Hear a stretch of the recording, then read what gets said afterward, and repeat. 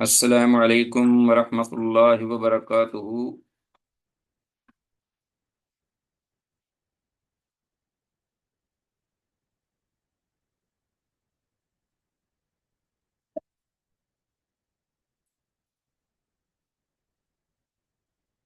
عزیز طلبہ، are you listening?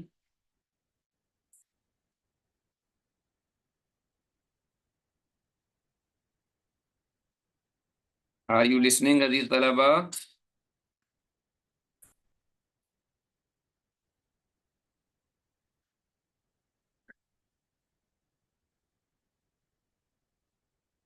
عزیز طلبہ جواب دیجیے، are you listening? Are you present?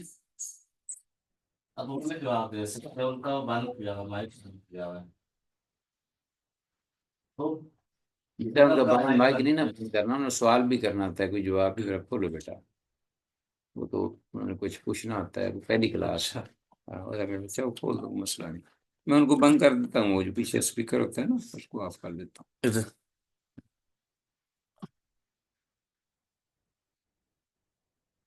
یہ آ گیا نا آپ کا ہوسٹ ٹول ہے۔ یہ تو ٹھیک ہے، فل ہے یہ بنائیے۔ چلیں آپ کر لیں، آپ ان میوٹ کر سکتے ہیں۔ ہاں جی، السلام علیکم۔ وعلیکم السلام ورحمۃ وعلیکم اللہ السلام ورحمۃ مرحبا اللہ وبرکاتہ۔ مرحبا مرحبا بعودتكم أيها الطلاب الكرام إلى درس الحديث من جديد، فحياكم الله تعالى وجزاكم الله أحسن الجزاء في الدنيا والآخرة، داعين الله جل جلاله أن يبارك لنا في هذه العلوم وأن يسهل علينا هذه الدروس۔ رب زدني علما، رب اشرح لي صدري ويسر لي أمري واحلل عقدة من لساني يفقهوا قولي۔ اللهم إنا نسألك علما نافعا وعملا متقبلا ورزقا طيبا، اللهم إنا نعوذ بك من علم لا ينفعنا، اللهم انفعنا بما علمتنا وعلمنا ما ينفعنا وزدنا علما، اللهم إنا نعوذ بك من علم لا ينفع ومن قلب لا يخشع ومن نفس لا تشبع ومن دعوة لا يستجاب لها۔ عزیز طلبہ، بحمد اللہ تعالی و بعونہ جل وعلا، مشکات المصابیح کا یہ آج ہمارے پاس اللہ کی توفیق اور اس کے فضل و کرم سے ایپیسوڈ نمبر 1 ہے، اور جیسا کہ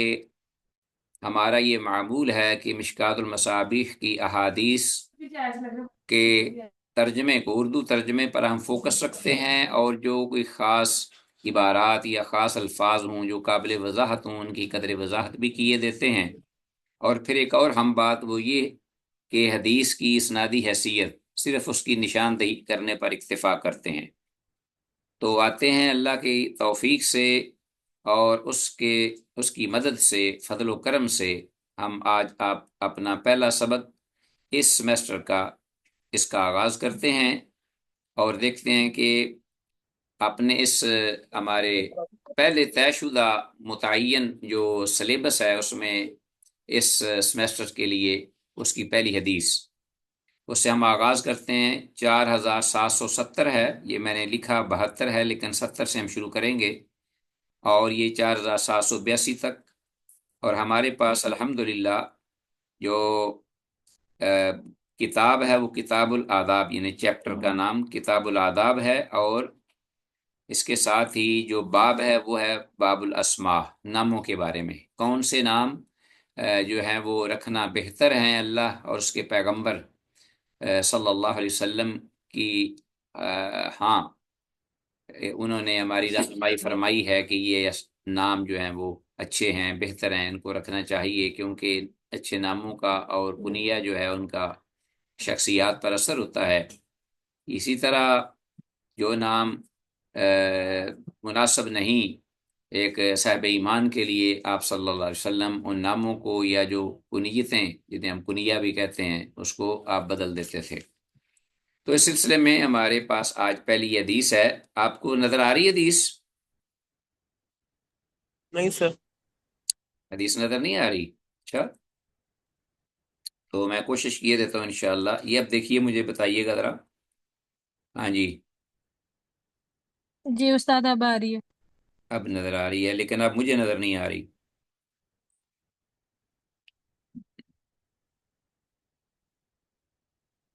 ہاں جی، اب بتائیے گا۔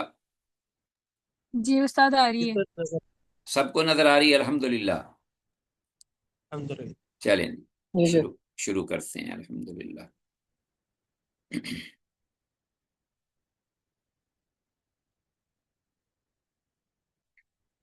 4770 حدیث۔ وعن جابر، سیدنا جابر رضی اللہ تعالی عنہ سے یہ روایت مروی ہے، ان النبی صلی اللہ علیہ وسلم قال، کہ اللہ کے نبی صلی اللہ علیہ وسلم نے ارشاد فرمایا، اذا سمیتم باسمی، جب تم میرے نام پر نام رکھو، اذا سمیتم باسمی، کسی بچے کا یا اپنا، فلا تقتنوا بکنیتی، تو پھر ساتھ میری کنیہ نہ رکھو، یعنی ایک ہی وقت میں محمد رکھ کر اور ابو القاسم بھی ساتھ رکھنا، محمد ابو القاسم، مکمل رسول اللہ صلی اللہ علیہ وسلم کا اسم گرامی تھا محمد اور کنیہ تھی ابو القاسم، تو ایک ہی وقت میں۔ رواه ترمذی سے امام ترمذی نے روایت کیا ہے، ابن ماجہ اور امام ابن ماجہ نے بھی۔ وقال ترمذی هذا حدیث غریب، امام ترمذی نے یہ روایت ذکر کرتے ہوئے اس پر حکم یہ لگایا ہے کہ یہ حدیث غریب ہے۔ وفی روایت ابی داود، اور امام ابو داود رحمہ اللہ کی روایت میں یہ الفاظ انہوں نے روایت کیے ہیں کہ قال، آپ نے فرمایا، من تسمى باسمی، جس شخص نے بھی نام رکھا میرے نام پر، اپنے کسی بچے کا یا اپنے آپ کا، فلا یقتن بکنیتی، تو پھر میری کنیت پر وہ ساتھ اس نام کے کنیت نہ رکھے۔ پہلے جو عبارت ہم نے پہلے الفاظ پڑھے ہیں، یہ الفاظ میں فرق ہے، مفہوم معنی وہی ہے۔ فلا یقتن بکنیتی، تو پھر وہ میری کنیت پر اپنی کنیت نہ رکھے۔ ومن تقنا بکنیتی، اور جو شخص میری کنیت پر، یعنی جو کوئی نام رکھتا ہے ابو القاسم، کیونکہ میں جب اپنا دبئی میں تھا تو میرے کولیگ تھے جو میرے ساتھ پڑھایا کرتے تھے، ان کا نام انڈین تھے، ان کا نام تھا ابو القاسم، تو کنیہ جو ہے وہ بھی نام کے طور پر، علم کے طور پر رکھی جا سکتی ہے، لیکن جس نے یہ رکھی فلا یتسمی باسمی، تو پھر میرے نام پر وہ نام نہ رکھے۔ تو ایک ہی وقت میں آپ صلی اللہ علیہ وسلم کا نام بھی اور آپ کی کنیت بھی، تو اس سے یہاں روکا منع کیا گیا ان حدیث میں۔ تو یہ 4770 حدیث ہے، ہماری حدیث سند کے اعتبار سے صحیح ہے، اور صحیح جو اہل علم کے ہاں اپنا موقف ہے وہ بھی یہی ہے، رائے اس سلسلے میں، کہ رسول اللہ صلی اللہ علیہ وسلم کی حیات طیبہ کے بعد بھی آپ کا نام اور کنیہ ایک ساتھ دونوں یہ رکھنے کے بجائے یا ابو القاسم رکھ لینا چاہیے یا پھر محمد رکھ لینا چاہیے۔ اچھا جی، 4771 حدیث آگے یہ ون عائشہ تھا، سیدہ عائشہ رضی اللہ تعالیٰ عنہ سے یہ روایت مروی ہے، ان امرأۃ قالت،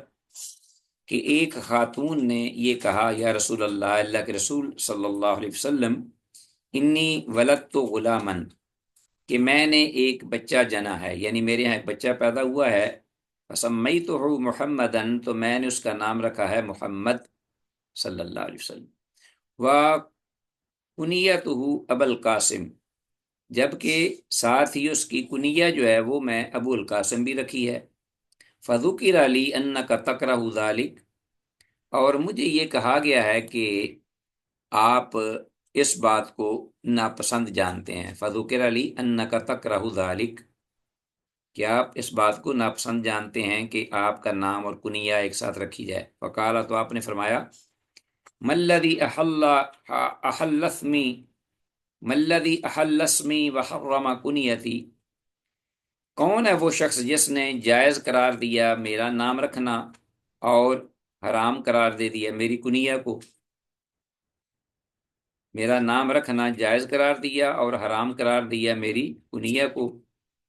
او ملذی حرم کنیتی واحل باسمی، یا کون ہے وہ شخص جس نے میری کنیہ رکھنا تو حرام قرار دے دیا اور جائز رکھا میرے نام کو۔ تو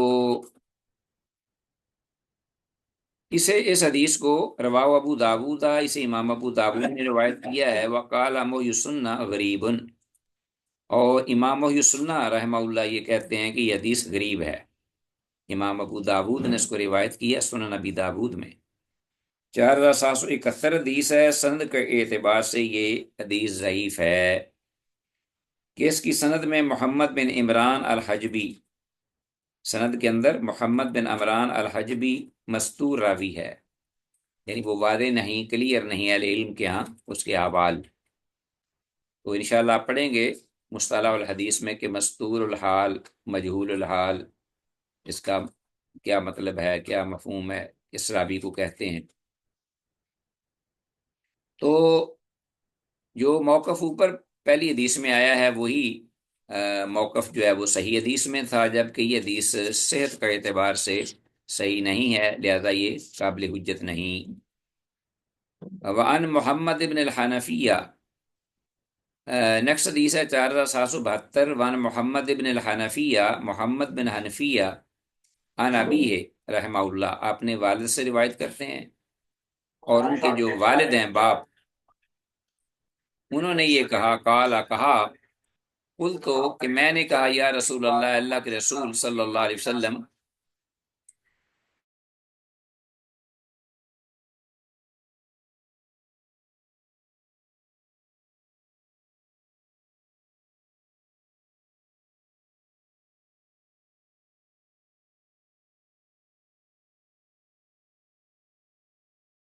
جی محمد بن حنفیہ سے یہ روایت ہے، وہ اپنے باپ سے، اور ان کے باپ کہتے ہیں قال قلت یا رسول اللہ رضی اللہ تعالیٰ عنہ، کہ میں نے کہا اللہ کے رسول صلی اللہ علیہ وسلم، ارائیت ان ولد لی بعدک ولد، ذرا میری رہنمائی فرما دیجئے کہ اگر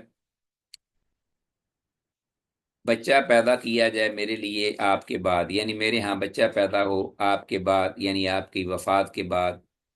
ولد ان ولد علی بعدک ولد اسمیہ بسمک، اور میں آپ کے اسم گرامی یعنی نام مبارک پر نام رکھوں، بسمک آپ کے نام پر نام رکھوں اس بچے کا، وَأُكَنِّيهِ بِكُنِيَتِكَ، اور میں اس کی کنیہ رکھوں آپ کی کنیت پر، قال تو آپ نے فرمایا نعم ہاں، رواہ ابو داود، اس امام ابو داود نے روایت کیا ہے۔ 4772 حدیث، اور حدیث کی اسناد جو ہے حسن یعنی صحیح ہے۔ تو بعض اہل علم جو ہیں اس حدیث کی بنیاد پر کہتے ہیں کہ یہ چونکہ یہ بھی حدیث صحیح ہے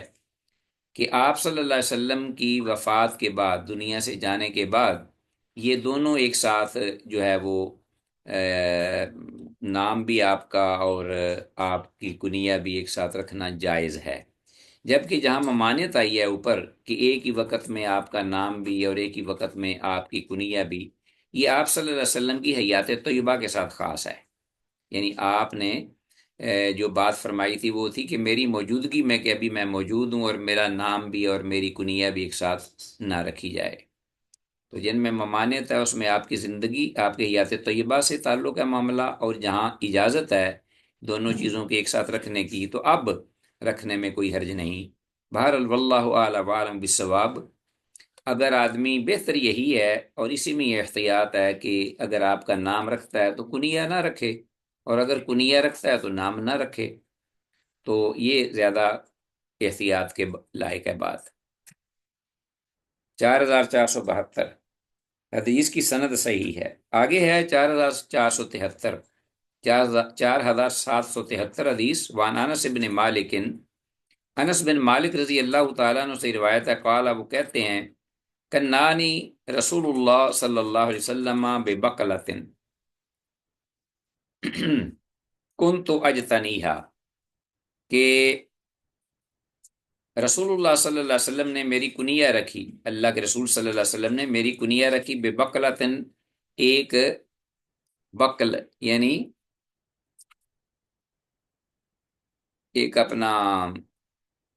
ترکاری، بقل، بقلۃ ترکاریوں میں سے ایک ترکاری پر میری اپنا کنیہ رکھی، کنت اجتنیہا جسے میں اپنا چنا کرتا تھا۔ ہاں جی،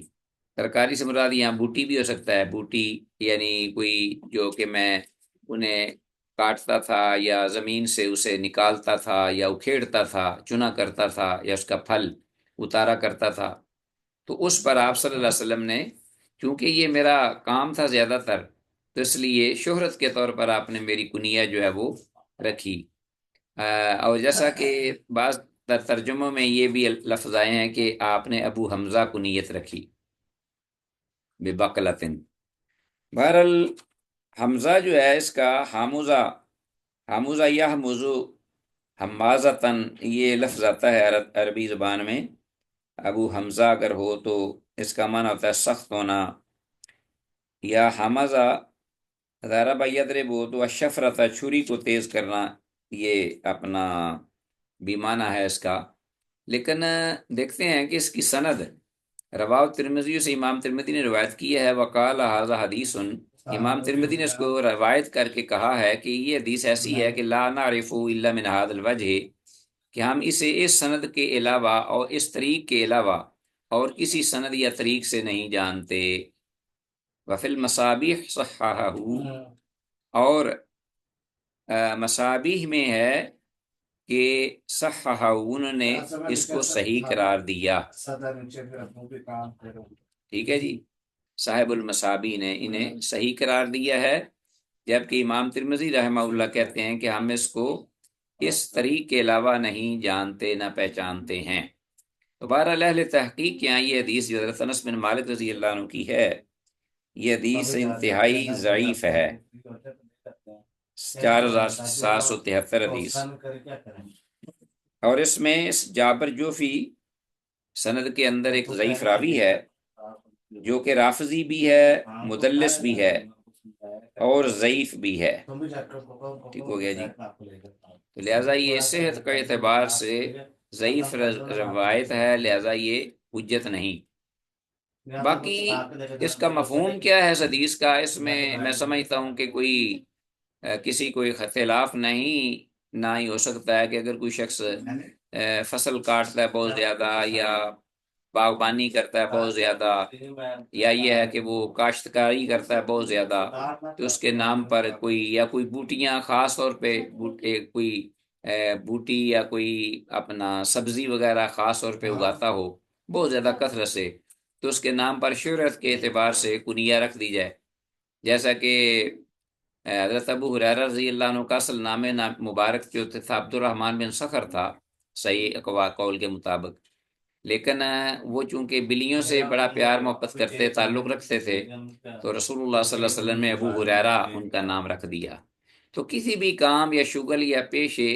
یا مشغولیت و مصروفیت کی بنا پر اگر کوئی شخص کسی کی شہرت کے لیے اس کا کوئی کنیہ رکھ دیتا ہے، اگر وہ اس کی اہانت پر مبنی نہ ہو، اس کی شخصیت کو داغدار نہ کرے، یا یہ ہے کہ جگ انسائی کا موجب نہ بنے، تو اس اور صحیح معنی کے اعتبار سے بھی شریعت کی روح کے خلاف نہ ہو تو کنیہ رکھنے میں کوئی حرج نہیں۔ ٹھیک ہو گیا جی، یہ معنی ہے۔ 4774 حدیث آگے آتی ہے، وعن عائشہ، سید عائشہ رضی اللہ تعالیٰ عنہ سے یہ روایت ہے، قالت، وہ کہتی ہیں کہ ان النبی صلی اللہ علیہ وسلم کان یغیر الاسم القبیح، کہ اللہ کے نبی صلی اللہ علیہ وسلم کیا کرتے تھے، بدل دیا کرتے تھے، جو کہ الاسم القبیح برا نام ہوتا تھا، برے نام کو آپ صلی اللہ علیہ وسلم بدل دیا کرتے تھے اور اس کی جگہ اچھا نام، جیسا کہ آگے اس کی مثالیں بھی آ رہی ہیں اور دیگر احادیث سے بھی محسوس ہوتا، معلوم ہوتا ہے۔ رواه ترمذی سے امام ترمذی نے روایت کی ہے اس حدیث کو، اور یہ حدیث بھی صحیح ہے سند کے اعتبار سے۔ 4775 حدیث آگے ہے، وان بشیر ابن میمون عن عمہ، سیدنا بشیر بن میمون رحمہ اللہ اپنے عمہ ہی، اپنے چچا سے، اور ان کے چچا کا نام کیا تھا، اسامہ بن اخدری۔ تو بشیر بن میمون رحمہ اللہ اپنے چچا اسامہ بن اخدری سے یہ روایت کرتے ہیں کہ ان رجلا یقال له اسرم، کہ ایک صاحب تھے جن کو اسرم کہا جاتا تھا، یقال له اسرم، صاد را میم، یہ مادہ ہے۔ تو کان فی النفر الذین اتوا رسول اللہ صلی اللہ علیہ وسلم، تو یہ صاحب جو اسرم تھے یہ اس جماعت میں تھے، اس گروہ میں تھے ان لوگوں کے گروہ میں شامل تھے کہ جو کہ حاضر خدمت ہوئے رسول اللہ صلی اللہ علیہ وسلم کی، اللہ کے رسول کے پاس یہ لوگ جو آئے ان میں یہ اسرم جو تھے صاحب یہ بھی موجود تھے۔ فقال له رسول اللہ مسمک، تو جب کوئی تعارف کا سلسلہ چلا تو آپ صلی اللہ علیہ وسلم نے ان سے پوچھا کہ آپ کا نام کیا ہے؟ قال اسرم، انہوں نے کہا کہ اسرم۔ قال، آپ نے یہ نام سن کر فرمایا بل انت زرعۃ، نہیں بلکہ آپ تو زرعہ ہیں، آپ اسرم نہیں۔ رواہ ابو داود، ایسے امام ابو داود نے روایت کیا ہے، اور یہ حدیث سند کے اعتبار سے حسن یعنی صحیح ہے۔ تو عزیز طلبہ، آپ نے ملاحظہ کیا کہ آپ صلی اللہ علیہ وسلم نے یہ نام سن کر ان کے معانی کو دیکھا، مفہوم کو دیکھا، تو ان کے نام کو بدل دیا اور بدل کر دوسرا نام جو تھا جو آپ کو مناسب لگا وہ رکھ دیا۔ تو بہرحال اسرم جو ہے جب اس کو ہم دیکھیں تو اس کا معنی محتاج ہوا، اسرما یہ بھی معنی آتا ہے لغت کے اندر، محتاج ہوا، فقیر ہوا، ضرورت مند ہوا۔ اور اسی طرح اس کا معنی بہت زیادہ کاٹنے والا کوئی چیز، درخت وغیرہ، کھیتی یا کوئی بھی چیز، تو کاٹنا جو ہے یہ ایک محمود صفت نہیں ہے، خاص طور پر درختوں کو کاٹنا اور پھلدار درختوں کو یا اس قسم کی چیز کو بہت زیادہ کاٹنا اسرم۔ تو بلکہ اس کے بجائے آپ نے فرمایا کہ آپ تو زرعہ ہیں، زرعہ زراعت سے ہے، زرع یزرع، اس کا معنی تھا بونا۔ تو کوئی چیز کاٹنے کی نسبت بوئی جائے تو وہ ایک محمود صفت ہے، وہ ذرا کو تھوڑی سی نیگیٹو لگتی ہے، اور یہ پازیٹیو ہے کہ فلاں شخص جو ہے وہ اپنا گروتھ میں، نشو و نما میں، اگانے میں چیزیں اور زراعت میں، بونے میں بہت زیادہ ہے، اس کی نسبت فلاں شخص جو ہے وہ تو دیکھتا ہے کوئی بھی چیز ملے تو میں کاٹ دوں اس کو، گرا دوں اس کو۔ تو یہ ایک چیز آپ سمجھ رہے ہیں، آپ صلی اللہ علیہ وسلم نے کہا کہ نہیں، آپ اسرم نہیں، آپ تو زرعہ ہیں۔ رواہ ابو داود، اسے امام ابو داود نے روایت کیا۔ تو بات یہ ہے کہ جب بھی یہ رہنمائی یہ ہے کہ جب بھی کوئی ہمارے ہاں اللہ پاک ہمیں کوئی بچہ یا بچی عطا فرمائے، تو یا کوئی کسی کا نام جہالت کی وجہ سے والدین یا بڑوں نے ایسا رکھ دیا ہو جو معنی کے اعتبار سے ٹھیک نہ ہو، اور اللہ نے اس کو علم دیا، موقع دیا، تو وہ اس کو بدل دینا چاہیے، اچھے معنی اور مفہوم کا نام ہونا چاہیے، اس کا شخصیت پر اثر ہوتا ہے۔ اب دیکھیے آگے 4776 حدیث آئی ہے، اور یہ حدیث صحیح ہے بشیر بن میمون کی سند کے اعتبار سے، جیسا کہ میں نے کہا ہے کہ آگے حدیث ہے وقال وغیر النبی، اور یہ کون ہے راوی؟ امام ابو داود ہے نا، رواہ ابو داود۔ تو اب یہ حدیث بھی اسی سے ہی تعلق رکھتی ہے، آگے حدیث امام صاحب مشکات المصابی نے باقاعدہ اس کو مستقل ایک نمبر دیا ہے اس حدیث کو، 4776، لیکن چونکہ اس حدیث کا مفہوم پہلی حدیث سے تعلق رکھتا ہے، معنی کے اعتبار سے یہ جدا نہیں، تو اس لیے وقال، اور امام ابو داود رحمہ اللہ نے کہا وقال، یا کچھ راوی ہیں وہ کہتے ہیں امام ابو داود جو ہیں، رواہ ابو داود اوپر والی حدیث، اس کا جو بقیہ حصہ ہے وہ ایک مستقل نمبر کے ساتھ ہے، 4776۔ اور امام ابو داود رحمہ اللہ ہی جو ہیں، جو راوی ہیں اس حدیث کے، انہوں نے یہ بات بھی آگے کہی، ذکر کی وغیر النبی اسم العاصی، اور اللہ کے نبی صلی اللہ علیہ وسلم نے بدل دیے نام اسم العاص، العاص، اسی طرح وعزیز وعطلا وشیطان والحکم وغراب وحباب وشہاب۔ وقال ترکت اسانیدها للاختصار، اور امام ابو داود رحمہ اللہ یہ بات کہہ کے یہ صراحت کر دیتے ہیں کہ میں نے یہ مستقل آپ صلی اللہ علیہ وسلم سے احادیث مروی ہیں ان ناموں کی بدلنے کے بارے میں، لیکن میں نے ان کی جو اسانید ہیں اختصار کے لیے ان کو چھوڑ دیا، ذکر نہیں کی، صرف یہ کہہ دیا ہے کہ اسی طرح اللہ کے نبی صلی اللہ علیہ وسلم نے ناموں کو بدلا ہے۔ کون سے نام؟ العاص، آس کو بھی بدل دیا، کیونکہ العاص کا مطلب آپ جانتے ہیں عصا یا عصی، نافرمان، نافرمانی کرنے والا، گناہ گار، وعزیز، اور ہر چیز پہ پوری طرح قادر، یہ اللہ پاک کی صفت ہے جو کہ ہر چیز پہ غالب ہے، اور وہ قہار ہے، وہ اصل اپنا بگ ساورنٹی ہے۔ تو عزیز یہ اللہ کی صفت ہے خاص طور پر، اس کو بھی اس طرح صرف عزیز کہہ کے کسی کو پکارنا یہ بھی درست نہیں ہے۔ وَعَطَلَہ، اور عطلہ جو لفظ ہے اس کو بھی آپ نے بدلا۔ عطلہ کا مطلب بھی بہت زیادہ برائی کی طرف جھکنے والا یا برائی کی طرف آنے والا، تیزی سے اس کا معنی آتا ہے۔ اسی طرح اس جیسا کہ آپ جانتے ہیں سورہ القلم میں وَأُتُلٍّ بَعْدَ ذَلِكَ زَنِيمٍ، اُتُلٍّ مراد ہے اکھڑ مزاج، بد مزاج، سخت مزاج، تو اس سے عطلہ بدل دیا آپ نے۔ شیطان، شیطان تو آپ جانتے ہی ہیں کہ کسی کا نام وہ کافر جو ہے وہ بھی برداشت نہیں کرتا۔ والحکم، اور حکم بھی اس لیے کہ اللہ پاک کے ساتھ حکم اصل جو ہے وہ اللہ کی ذات ہے جو کہ حکم صادر کرتی اور حکم نافذ کرتی، اور اس حکم کے نفاذ میں پوری طرح حکمت پر مبنی وہ ذات، اس کی جو صفت ہے وہ کہ ایسا وہ حکم اللہ پاک فرماتا ہے کہ جو حکمت پر مبنی ہو۔ تو الحکم اس میں بھی بہت زیادہ زور ہے معنی میں، اللہ کے لیے یہ خاص ہونا چاہیے۔ غراب، اور غراب بھی آپ دیکھتے ہیں پرندے کا نام ہے، کوئی کسی کو کہہ دے غراب، ہمارے یہاں تو کوے کو بولتے ہیں، اور کوے کی شرارتیں اور اس کی جو نحوستیں اور اس کی جو نقصان ہیں وہ آپ ایک الگ باب ہے۔ وحباب، اور اسی طرح حباب بھی بعض تو اردو زبان میں غالباً اس کا معنی واللہ عالم، مجھے تو نہیں پتہ، بلبلا یعنی بہت ہی کمزور انتہا درجے کا، جسے ہم کہتے ہیں نا کہ مانند حباب، یہ تو بالکل بلبلے کی طرح کمزور ہے اور بالکل ناپائیدار چیز ہے۔ تو یہ بھی وہ شہاب، اور اسی طرح شہاب کا معنی بھی شعلہ، آگ کا انگارہ، یا جیسا کہ وہ تارا و فاتباؤ شہاب ثاقب،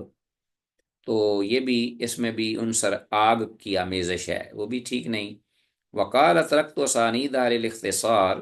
تو امام ابو داؤد رحمہ اللہ کہتے ہیں کہ میں الگ الگ باقاعدہ سند کے یعنی راوی ذکر کر کے اور پوری حدیث وہ میں نے ذکر نہیں کی، صرف ذکر کر دیا ہے کہ آپ صلی اللہ علیہ وسلم نے، آپ سے یہ فرامین ثابت ہیں کہ آپ نے ناموں کو بھی تبدیل کیا ہے۔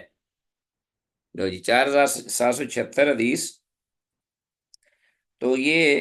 حدیث جو ہے سند کے اعتبار سے صحیح ہے، ٹھیک ہو گیا جی۔ وان ابی مسعود الانصاری، ابو مسعود انصاری رضی اللہ تعالیٰ عنہ سے یہ روایت ہے، قال کہتے ہیں لابی عبداللہ، انہوں نے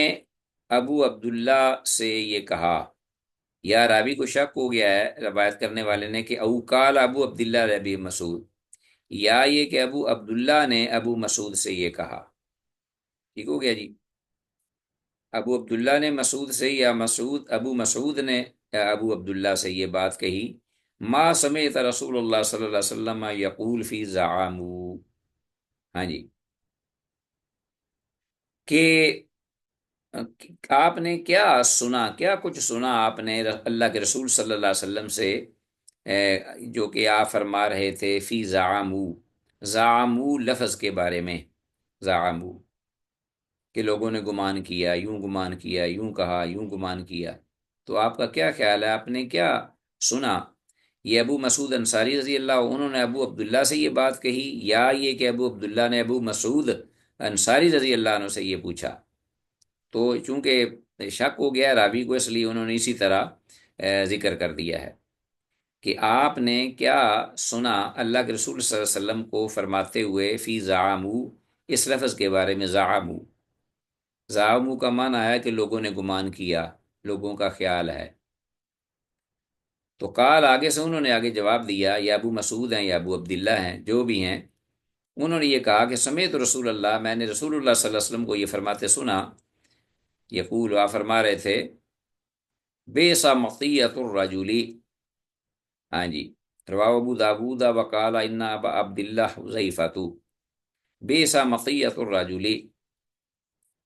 کہ آدمی کا ایسے انداز میں گفتگو کرنا برا ہے، بیس مطیت الرجل، اصل اس کا لفظی ترجمہ تو یہ کریں تو معنی یہ ہے کہ برا ہے مطیت الرجل، رجل آدمی کی سواری، بری ہے آدمی کی سواری۔ تو اس کا معنی اگر جب ہم اس کا مفہوم بیان کریں گے تو یہ معنی ہے کہ زعمو، آپ صلی اللہ علیہ وسلم نے یہ بات فرمائی کہ زعمو کہنا یہ جو ہے یہ انداز گفتگو اچھا نہیں، گمان کرنا، ٹھیک ہے جی، فلاں نے گمان کیا، تو اس سے بات میں پختگی نہیں رہتی اور آدمی پر لوگ جو ہے اعتماد نہیں کرتے۔ زعامہ فلاں نے گمان کیا، فلاں نے دعویٰ کیا، تو یہ بہرحال اس انداز میں جو گفتگو ہے یہ یعنی لوگوں کا خیال ہے، ایسے ایسے لوگوں کی یعنی توقید نہیں، لوگوں کا یقین نہیں۔ تو آپ نے فرمایا بے سمقیت الرجل، آدمی کا ایس انداز سے گفتگو کرنا یہ برا ہے۔ کیا مطلب؟ آدمی کی سواری بری ہے جس پر وہ سوار ہے، جو لفظ اس نے نکالا مراد اس طرف کنایا ہے سواری کی طرف۔ رواہ ابو داود، امام ابو داود نے اس کو روایت کیا اس حدیث کو، وقالا، اور یہ بھی صراحت کر دی ہے کہ انا ابا عبداللہ حذیفہ، کہ ابو عبداللہ جو ہیں یہ اس میں جو حدیث میں آئے ہیں اس سے مراد حضرت حذیفہ رضی اللہ تعالیٰ عنہ ہیں۔ قال لابی عبداللہ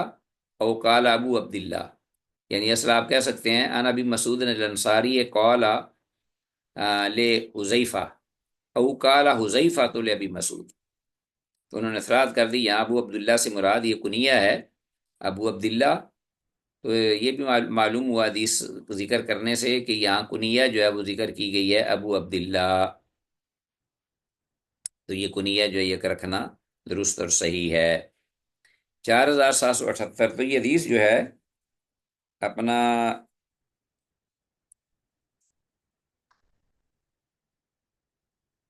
ہاں جی، یہ حدیث نمبر 2 جو ہے یہ درست ہے، یعنی اس امام ابو داود کی حدیث ہے اور یہ صحیح ہے۔ ٹھیک ہو گیا جی؟ گیا ہے حدیث 4778، وان حذیفہ تھا، سیدنا حذیفہ رضی اللہ عنہ سے یہ روایت ہے، عن النبی، وہ اللہ کے نبی صلی اللہ علیہ وسلم سے مرفوع بیان کرتے ہیں، قال، آپ نے فرمایا لا تقولوا، مت تم کہا کرو، ما شاء اللہ وشاء فلان، جو چاہا اللہ نے اور جو چاہا فلاں نے،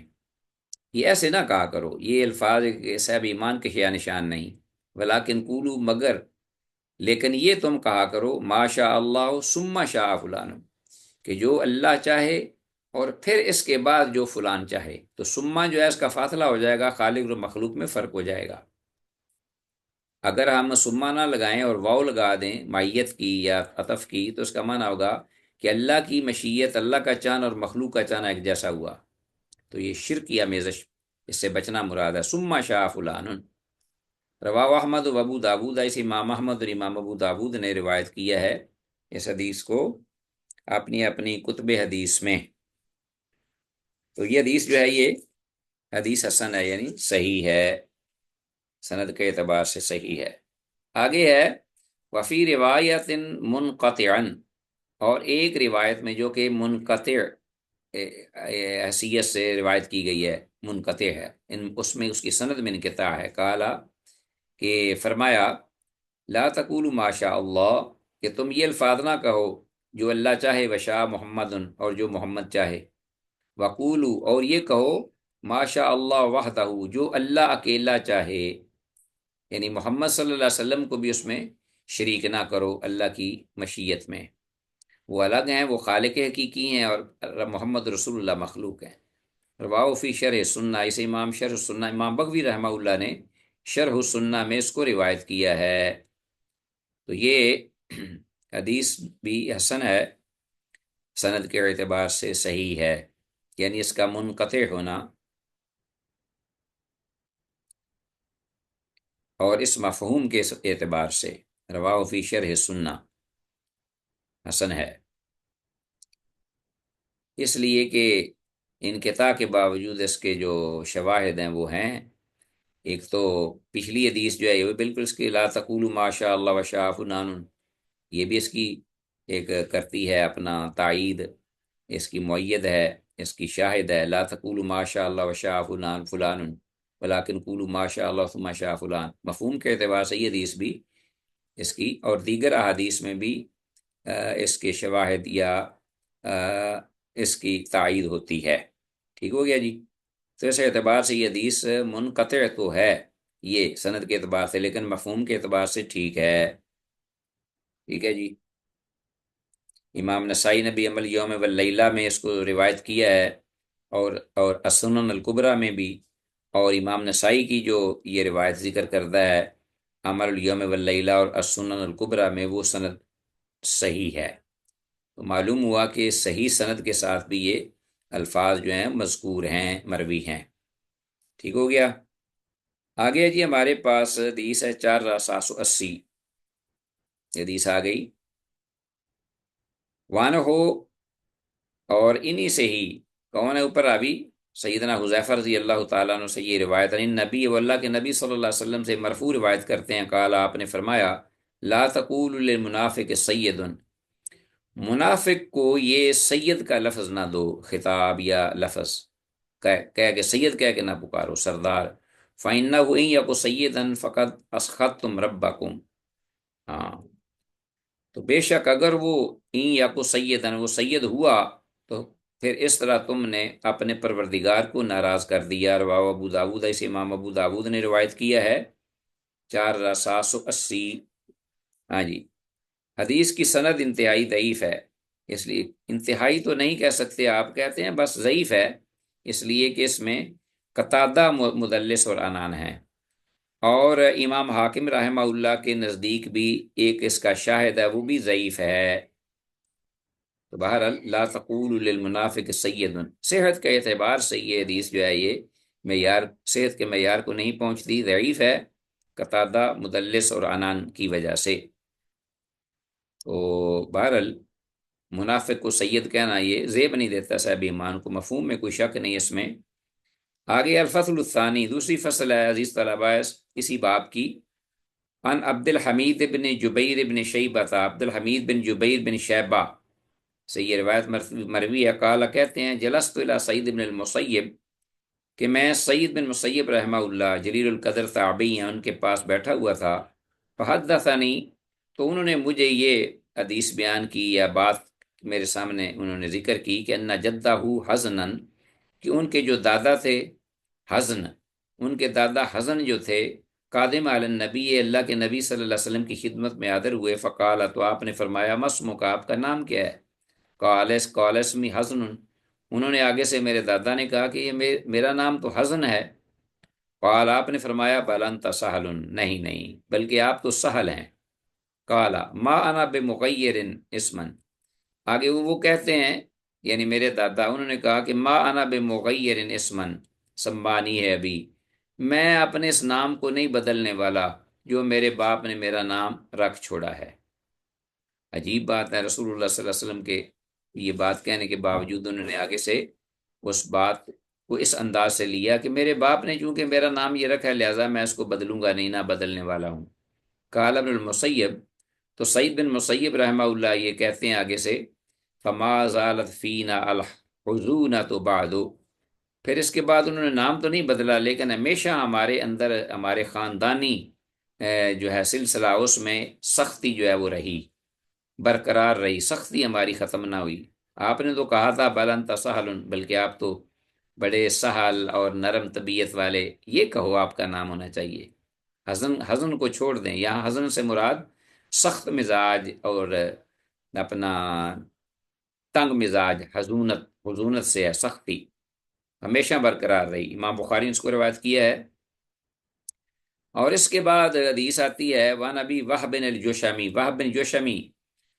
رحم رضی اللہ تعالیٰ عنہ سے یہ روایت ہے، قال، کہتے ہیں، قال رسول اللہ، کہ رسول اللہ صلی اللہ علیہ وسلم نے ارشاد فرمایا، تسمو